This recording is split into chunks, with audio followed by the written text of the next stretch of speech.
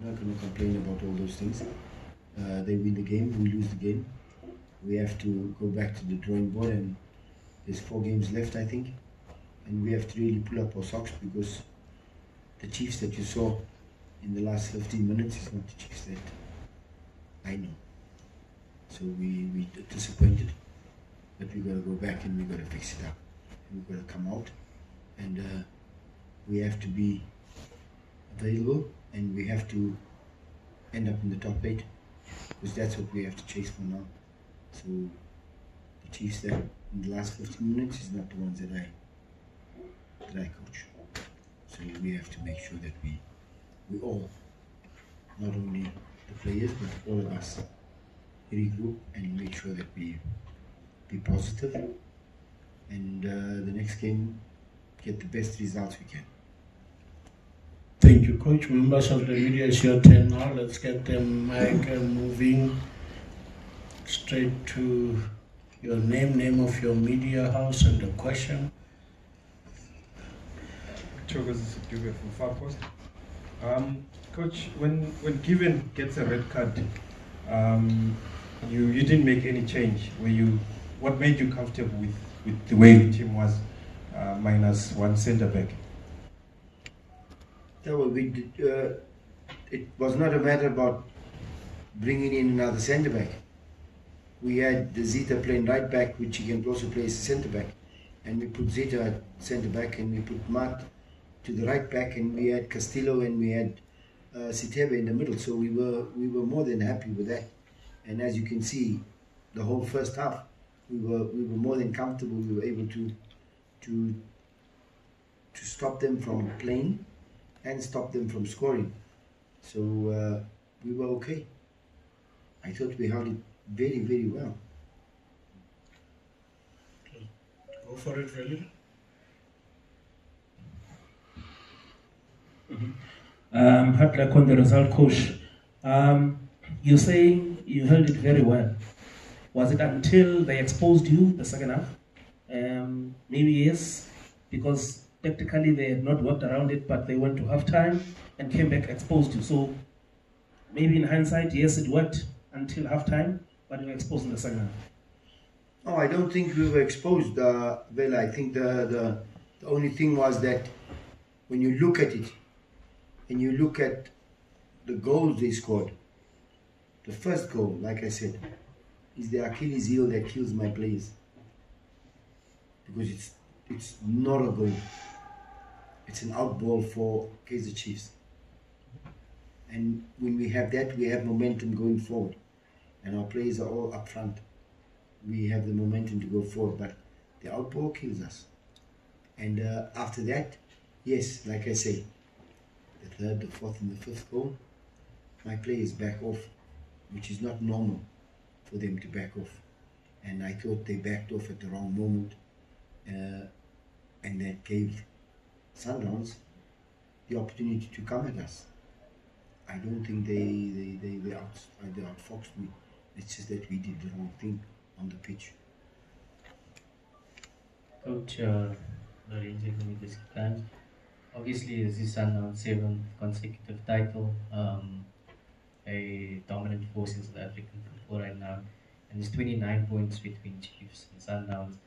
Do you think it encompasses the gulf in quality of the two clubs right now, or is it just a bad season for Chiefs? I wouldn't be able to put my finger on that, because I think there's a building process in everything that you do, and I've been at Chiefs now for 7 months. So if you're asking me to give you the history or things like that, then it's very difficult to sort of put your finger on it. But I think we need to, as Kaizer Chiefs and as all the other teams, we need to work a lot harder in order to overtake the beast that has just won the championship. But in saying that, you also have to be humble and congratulate them for the work that they do. Good evening, Coach. I'm lucky on the heavy loss. Karao from Supersport. Coach, you've been here for 7 months, as you correctly said. How would you describe your tenure as the interim head coach of Kaizer Chiefs? Obviously, there's 4 more games left, but particularly looking at how the season has been, particularly the second half of the season, not really beautiful, hasn't it? Has it been? So, for you, how would you describe your tenure as the interim coach? Up and down. It's been difficult, and it's been nice as well. It's been a learning curve, and we learn from these mistakes, and you learn from the wins as well. That there's certain things that when you do it, you have to remember. And there's certain things when you do it that you have to forget as a coach, but.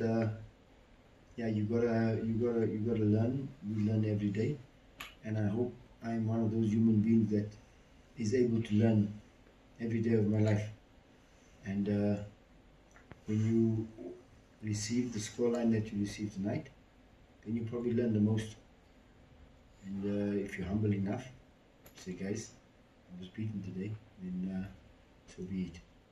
But you gotta come back stronger.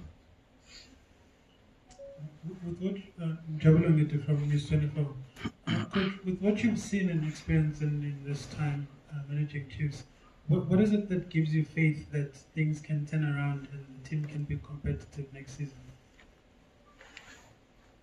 I think it's the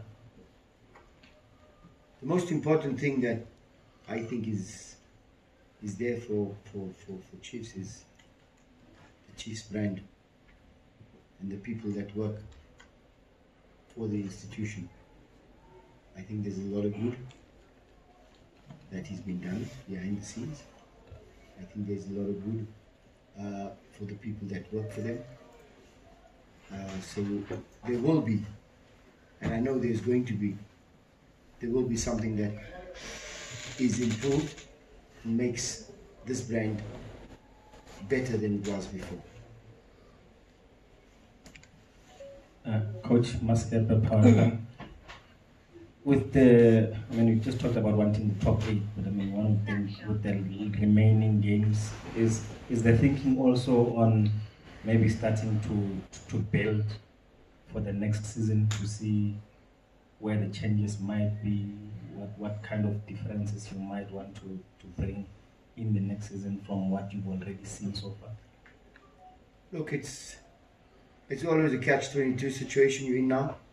We need to win those games, and you also need to build in order to show what we can have or what we can't have. But I think under my watch so far, most of the players have played. There's not many players that haven't played for any amount of minutes, whether it's 5 minutes, whether it's 4 minutes, whether it's half a game, whether it's a whole game. So I think the building is there. We can see it. It's about putting them together again and making sure that whoever we put together on that particular day goes out and gets the 3 points in order for us to be where we want to be at the end of the season. Last one, Tim. Close. Thank you. Hard luck on the result, Coach. I'm just looking at the squad. If I may use the term value, pound for pound, Kaizer Chiefs comes third to Orlando Pirates and Sundowns when it comes to material. Would you say that came down to the type of players that you had today, that you had to lose in this fashion with such a big margin? How much of that has to do with the personnel that you have in your squad, pound for pound, matching with other two teams that you're competing with, traditionally? I'm trying to understand the question. The question pound is... for pound, I've only been here for 6 months, so it's pound for pound, it's tiki for tiki then. Coach. No, I understand. I'm trying to put the words in my mouth so that you don't manipulate what I say. I think pound for pound, we all bleed blood, and all 49 players are red inside. So I think they all have the same value, except that some teams value them more than we value.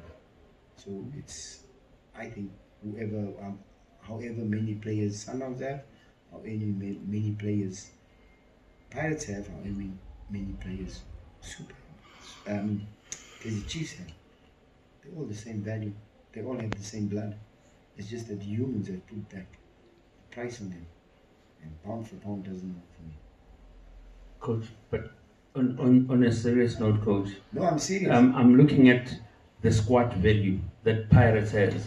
Right now, arguably so, Stellenbosch, yes, they're doing things the way they should, but pound for pound, I'm going to use this term again, when you compare them, Orlando Pirates, Sundowns, Kaizer Chiefs, those are the three traditional teams that we know they are big teams in South Africa.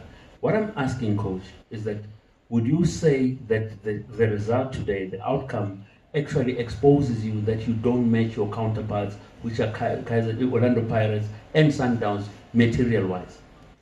Material-wise, I think we match them, like you can see. Yes, every team in the world gets hiding sometimes. It just happens that today is the reality that we get beaten 5-1. And every team, like I say, reality-wise, it will happen to you. When it happens to another coach, I also feel sorry for him when he sits here in the same chair I'm sitting. But pound for pound, we all think our players are capable of matching another player, especially at this level of professional football, especially at a club like Kaizer Chiefs. Pound for pound, we should match Orlando Pirates. Pound for pound, we should match Mamelodi Sundowns. But we did not today. And we have to accept that and move on.